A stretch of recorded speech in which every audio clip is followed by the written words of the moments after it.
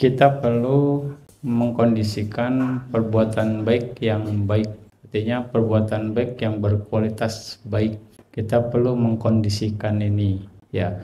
Untuk bisa mengkondisikan ini, berarti kita harus sering-sering melakukan perbuatan baik yang berkualitas baik. Apa saja persyaratan perbuatan baik itu berkualitas baik?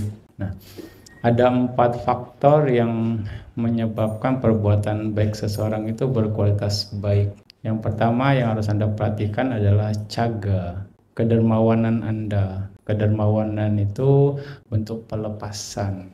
Ya, juga sada keyakinan Anda. Keyakinan di sini adalah ketulusan Anda dalam berbuat baik. Ketika sada muncul dalam batin seseorang ketika berbuat baik, tidak ada kekotoran batin di sana. Nah, pada saat Anda berbuat baik dibarengin oleh sada, tidak ada kekotoran batin yang muncul dalam pikiran Anda pada saat berbuat baik. Itulah bentuk ketulusan.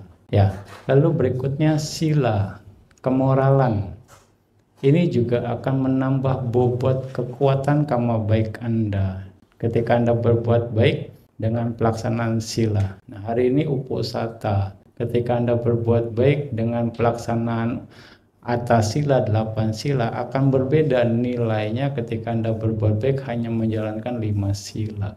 Ya, di sini Anda punya kesempatan untuk memaksimalkan potensi kebaikan Anda.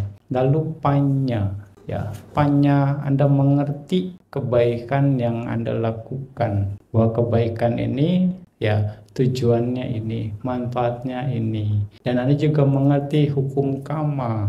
Jadi nggak perlu minta, nggak perlu berharap kebaikan Anda misalnya membuahkan hasil ini, hasil itu. Tanpa diminta, tanpa diharap pun karma baik akan terjadi, akan terkondisi sesuai dengan apa yang dilakukan. Ya, itulah keyakinan terhadap hukum karma, bagian dari tingkat panya kita. Kadang kan ada orang kita udah berbuat baik, maunya baik terus yang didapatkan gitu. Banyak yang seperti itu. Itu menunjukkan panyanya nggak berkembang karena masih mengharapkan sesuatu. Nah, inilah 4 kualitas baik yang terus kita bangun, yang kita perkuat dalam berbuat baik. Tanpa ini, perbuatan baik kita akan biasa-biasa saja atau inferior. Mungkin saja. Itulah yang kenapa kita beda satu dengan yang lain. Sekali lagi, kualitas yang membedakan. Ini sudah sering Bante angkat isu ini. Kita terlahir sebagai manusia karena karma baik.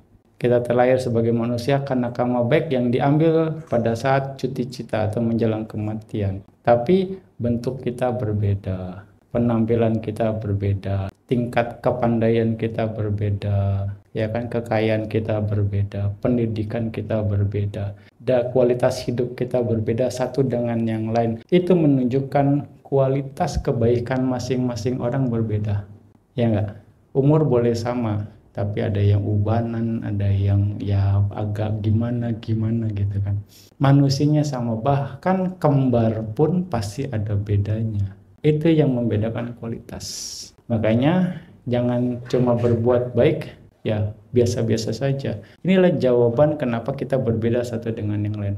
Kualitas kebaikan yang membedakan kita satu dengan yang lainnya.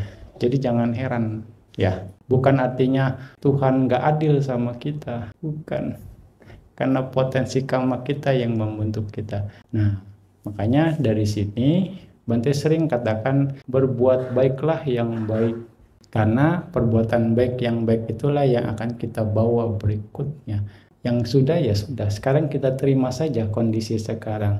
Tapi bagaimana kita perbaiki dengan terus mengumpulkan potensi perbuatan baik yang baik. Nah, ini frase ini makanya berbuat baik jangan asal-asalan. Anda terus pelajari perbuatan baik yang baik itu seperti apa. Caga, sila, sada, panya.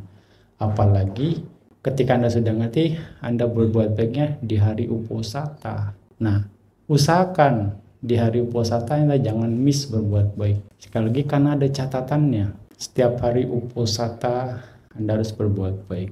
Jangan sampai lewatkan kesempatan ini. Karena bagaimanapun Teks Sutta mengatakan itu, bahwa berbuat baik di hari Uposatha. Hari ini adalah Uposatha Atami, hari ke-8, yang mana akan ada catatan khusus di hari tersebut bahwa menteri, raja, para dewa akan berkeliling ke alam manusia, yang mana mereka akan mencatat siapa-siapa saja manusia yang banyak melakukan kebajikan pada hari Uposatha. Salah satunya adalah melaksanakan Uposatha Sila.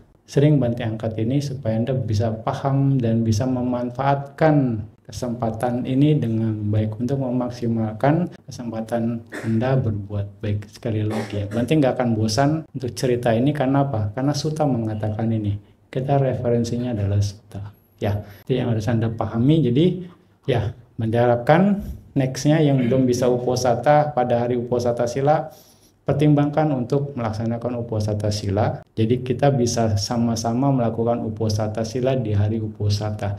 Semakin banyak umat Buddha yang melaksanakan Uposatha Sila dalam satu waktu bersamaan, itu akan membuat para dewa berbahagia. Para dewa akan senang melindungi orang-orang yang melaksanakan Uposatha Sila. Hanya satu hari saja Anda berjuang untuk mendapatkan manfaat yang lebih baik. Ya. Ini harus kita lakukan sebagai umat Buddha.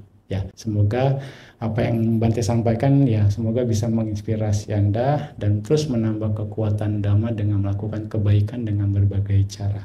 Oke.